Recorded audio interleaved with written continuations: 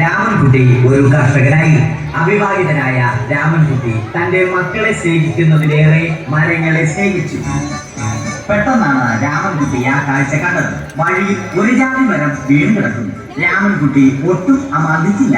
ആ മരം പൊക്കാൻ ശ്രമിച്ചു.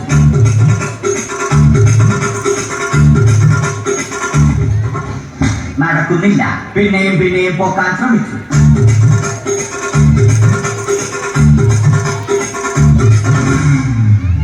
നടക്കുന്നില്ല. രാമൻകുട്ടി വഴിയെ പോയവരെ എല്ലാവരെയും സഹായത്തിന് വിളിച്ചു.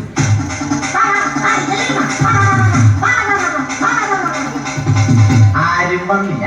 അവസാനം കുടുംബശ്രീ യൂണിറ്റിൽ തൊഴിലുറപ്പിന് പോകുന്ന പെണ്ണുങ്ങളെ സഹായത്തിന് വിളിച്ചു.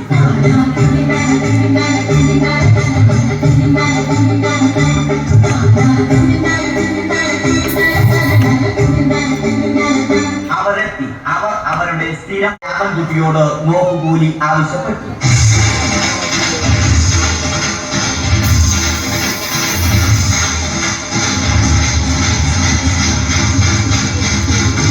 പോക്കറ്റില്ലാത്ത ബനിയൻ ധരിച്ച രാമൻകുട്ടിയുടെ പോക്കറ്റ് വരെ കീറിയിട്ടാണ് പെണ്ണുങ്ങൾ പോയത്.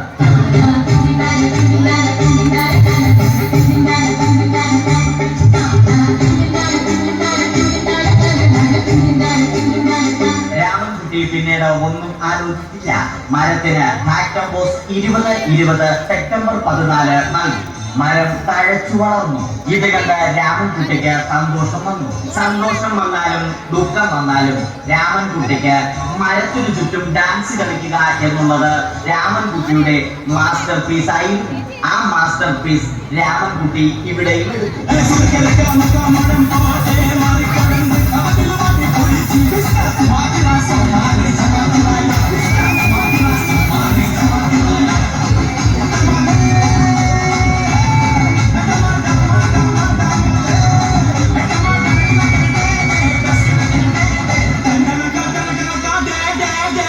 രാമൻകുട്ടി ദൈവത്തോടായി പ്രാർത്ഥിച്ചു.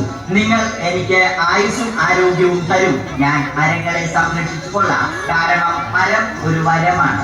അവന്റെ പ്രാർത്ഥന ദൈവം കേട്ടു. ആ മാവിൽ നിന്നും വീണ തേങ്ങ രാമൻകുട്ടി മോങ്ങാതെ ഇരുന്നു തിന്നു. അപ്പോഴാണ് രാമൻകുട്ടി മറ്റൊരു കാഴ്ച കണ്ടത്. രാഘവൻ വരുന്നു.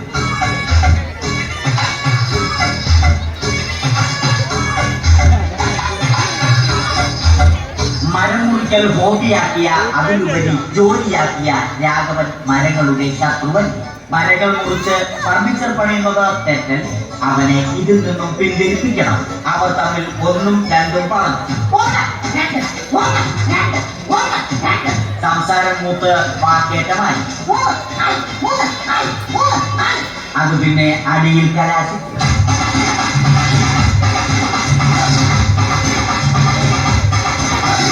നല്ല മനസ്സിന് ഉടമയായ രാമൻകുട്ടി കംപ്ലീറ്റ് അടിയും വാരിക്കൂട്ടി. ഒടുവിൽ രാമൻകുട്ടി സർവ്വധൈര്യവും സംഭരിച്ച് രാഘവനോടായി അലറി. മനസ്സലിഞ്ഞ രാഘവൻ രാമൻകുട്ടിയെ അരികിൽ വിളിച്ചു. കൈവാക്കിന് കിട്ടിയ രാമൻകുട്ടിയെ രാഘവൻ ഒട്ടി റൊട്ടിയാക്കി മരത്തിലൊട്ടി.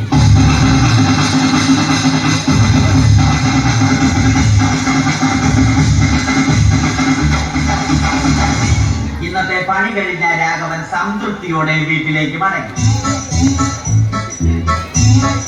തനിക്ക് തല്ല് കിട്ടിയാലും മരത്തെ രക്ഷിക്കാൻ പറ്റിയ സന്തോഷത്താൽ രാമൻകുട്ടി മരത്തെ കെട്ടിപ്പിടിച്ച് പൊട്ടി പൊട്ടി കരഞ്ഞു.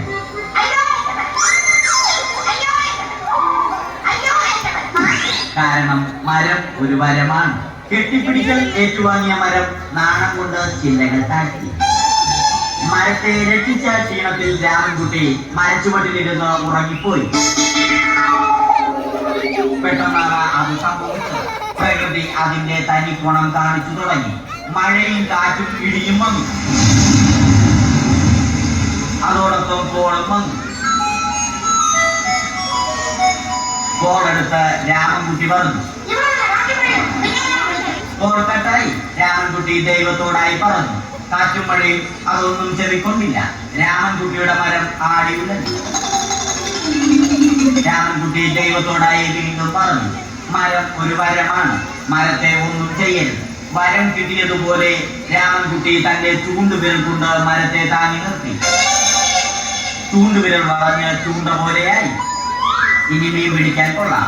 അവസാനം സംഭവിക്കേണ്ടത് സംഭവിച്ചു. രാമൻകുട്ടി അടിയിലും മരം മുകളിലും.